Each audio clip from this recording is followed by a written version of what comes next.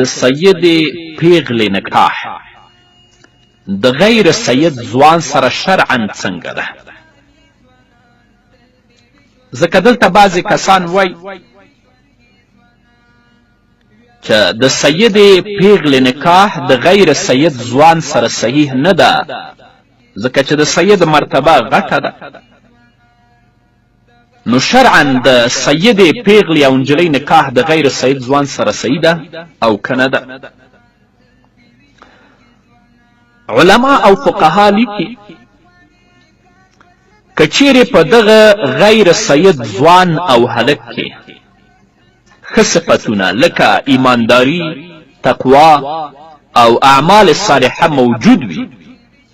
او سیده نجلۍ او د هغې اولیا او مشران هم په دغې نکاح سره راضي وي، نو بیا د داسې غیر سید ځوان سره د سید نجلۍ او پیغلې نکاح شرعا صحیح ده، کومه ستونزه په دې کې نشته ده. اما که په دې غیر سید ځوان کې ښه صفتونه نه وي لکه ایمانداري، تقوا او اعمال صالحه، نو بیا یې نکاح نه صحیح کېږي، ځکه دلته کفاءت نشته. علامه کاسانی په بدایع و صنایع کې دویم جلد کې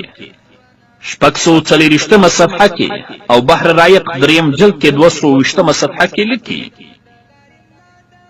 لأن في الكفاءة حقا للأولياء لأنهم ينتفعون بذلك ألا ترى أنهم يتفاخرون بعلو نسب الخطن ويتعيرون بدناءة نسبه فيتضررون بذلك فكان لهم أن يدفعوا الضرر عن أنفسهم بالاعتراض. مثال مركي كالمشتري إذا باع الشقص المشفوع ثم جاء الشفيع كان له أن يفسخ البيع ويأخذ المبيع بالشفعة دفعا للضرر عن نفسه كذا هذا، ولو كان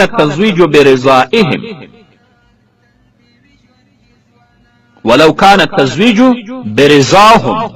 يلزم حتى لا يكون لهم حق الاعتراض. نو په دې غیر سید ځوان کې چې ښه صفتونه موجود وي او دا سیده پیغله او د هغې اولیا او مشران هم په دغه نکاح سره راضي وي، نو شرعي ستونزه پکې نشته.